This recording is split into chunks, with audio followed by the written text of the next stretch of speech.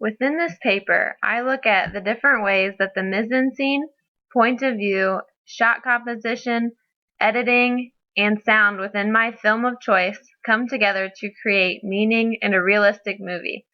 I am scrutinizing the film Hours. As a whole, this paper critically examines 5 film production techniques and the important roles they play in the production of the finished film. There's no doubt about it. You watch a film because you're interested in it. Something about that film caught your eye and grabbed your attention. But what was it? Was it what the characters were wearing, the lighting, or a sound you heard in a particular scene? Probably not. Regardless, these are all important factors necessary for the audience to get the full emotion and meaning. It's more than just pointing the camera at the actor and saying, "Action." Throughout this paper, I'm going to talk about a few things that you may not even have known existed, vital parts of movies. Although there are quite a few smaller characters in my film of choice, Hours, I will be focusing on the 2 main characters, Nolan Hayes and his daughter Abigail. Abigail does not have any speaking parts in the movie, as she is a premature infant, but the film is based around her, so she is definitely a main character.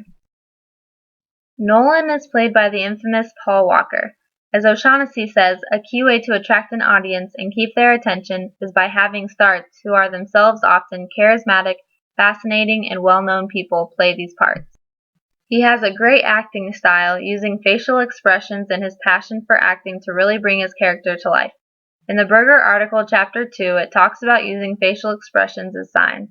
Specifically, it talks about using them to show emotions such as fear, anger, and enjoyment, as well as perplexity, concentration, and boredom.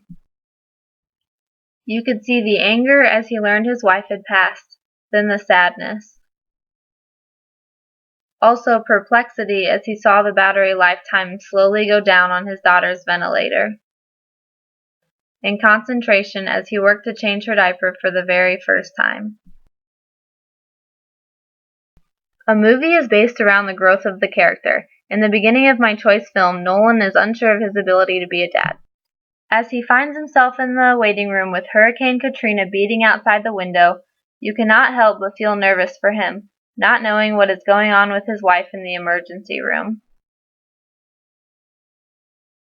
His wife's passing broke him down even further, but you could slowly see him getting stronger in his role as a father as time passed and he had to work harder and harder to save his daughter's life.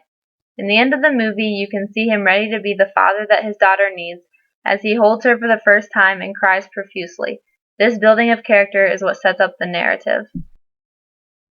Usually, the beginning of a narrative is balanced. The middle shows that the balance has been disturbed, and the conclusion validates that balance is achieved once again.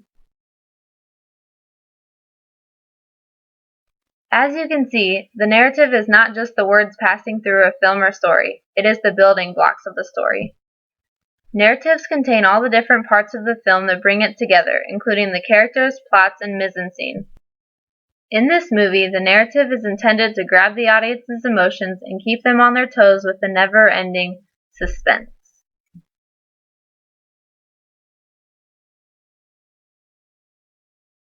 The film opens with the camera moving through the streets, cuts to the weatherman, and finally the tops of skyscrapers as it starts to rain. As the opening credits end, the scene cuts to a woman, Abigail Hayes, and her husband Nolan. They're in the hospital and she's in labor. They don't allow him to go back with her, so Nolan is seen roaming the waiting room as the storm, Hurricane Katrina, worsens outside. An hour later, the doctor comes out and tells him that he has a baby girl, 5 weeks premature and on the ventilator. Oh, and not to mention, his wife had perished during it all. Nolan goes through his moments of disbelief as the doctor tells him to stay with his daughter, no matter what. As the storm's intensity increases, the hospital is evacuated, but no one comes to help Nolan move his daughter. So he stays behind as the power goes out, and he finds the battery to his daughter's ventilator is bad. It only holds charge for a maximum of 3 minutes, so he has to find a generator. But with the passing time, each recharge gets less and less of a charge. The rest of the movie tells of the struggles he goes through to save himself and his daughter Abigail, as he decided to name her. He struggles to stay awake for 48 hours, and finally his body just can't take it anymore. Just in time, he is rescued and his daughter cries for the first time. Now, the point of view is pretty self-explanatory. It's the angle the story is told from as the perspective of one or more characters. In ours, the point of view is objective. According to Corgan, this means that most of what is shown is not confined to any one person's perspective. The viewer is only witness to outer actions and dialogues. If we as the audience could see through the characters' eyes and hear their thoughts, this is known as the subjective point of view. We can only see the outward actions of the characters throughout the film, though, and cannot hear any of their thoughts. Of course, a movie cannot be successful with just the actors being present. We need a setting. The setting is where and when the film takes place. In this instance, it is the time of Hurricane Katrina and taking place in a hospital. The setting can be fooling. I thought that since Nolan was in the hospital, it would be very easy to keep him and his daughter alive through the storm. He ended up almost dying himself. Settings also help bring out emotional responses in the audience, as well as indicate future events. The mise-en-scene is the costumes, lighting, shadows, and more of a film. It adds effect and mood to the focus of the movie. I'm going to break down a few of the different aspects of the mise-en-scene and show how they help create meaning within the film. Unless the costume is flashy or basically non-existent, it tends to be something that most people overlook. They actually really help set up a scene for success. In the movie Hours, Nolan is wearing nothing out of the ordinary, jeans with a white tee and a plaid button-up. His outfit of choice leads us to consider that he is a middle-class man, not poor but also not constituted as rich. The lighting is dark in the majority of the film, as the power is out, so all the lighting that is available is natural sunlight, Abigail's ventilator, and Nolan's flashlight. At some point in the film, this creates an unnerving feeling, such as when Nolan struggles through the dark waters in the basement searching for another generator. Lighting works with shot composition to set the mood. The setting, lights, and costumes are all very important, but the shot composition is really what makes a movie come alive. This is especially true in Ours. As an action movie, the angle and focus play huge factors. This film consisted of a lot of shot reverse shots. This is when the shot is of the character talking, or the main character, and then the next shot is behind their back, looking over the shoulder.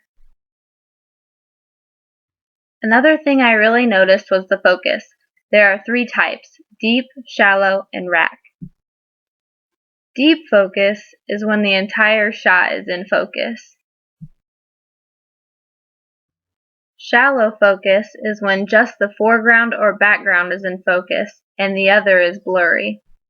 Rack focus is when, in the same shot, the focus adjusts from one object to another. In Ours, I noticed there was a lot of shallow focus. A majority of the time, the shot would be focused on Nolan and the background was blurry.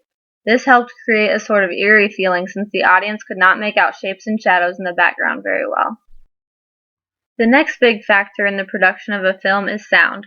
Sound within a film helps set the mood. It can be a sound that is made by a character or object while the camera is rolling, or it can be added later during editing. In Chapter 7, O'Shaughnessy talks about semiotics or symbols, and along with that, connotation. According to O'Shaughnessy, connotations are association, that is, they will remind the viewer of certain feelings, beliefs, or ideas. For example, Nolan hears a gunshot in the empty hospital. A gunshot symbols danger, someone getting hurt or killed, and evokes the feeling of nervousness and danger. It also really gets one's adrenaline pumping. The 2 different types of sounds affect film differently. Corgan states that diegetic sound has its source in the narrative world of the film, while non-diegetic sound has its source outside the world. This simply means that diegetic sound is made by the characters in the film, and non-diegetic sounds are added later during editing. Other examples of sound would be the tone or pitch of the characters' voices as they talk. Toward the beginning of the movie, when all the doctors and patients are seen rushing down the hallway, Nolan finds a doctor and asks him what's going on. Due to his high-pitched voice, you can sense the panic and confusion. Later on, when he's talking to a guy stealing his food, he has a low, deep voice and you can feel the anger right through the screen. Last but not least, we talk about editing. According to Corgan, it is how shots are built into the larger parts of a movie. Edits include cuts, transitions, and rhythms. Without edits, sound would be missing, scenes would not flow, and movies just wouldn't make sense. There is so much more that goes into making a film than what you as the audience see on the surface. Things that you would not even think about, as you can see. Knowing all the different aspects and being knowledgeable in how they affect the movie making process really helps us to be more appreciative of the time and effort producers, actors, and editors put into making our favorite films. Now that you're more aware of some of these actions, you can go out and do some research of your own. Watch some of your favorite films, and while doing so, ask yourself how that cut affected your emotions or how the lighting or lack thereof is creeping you out in your favorite horror film. The possibilities are endless.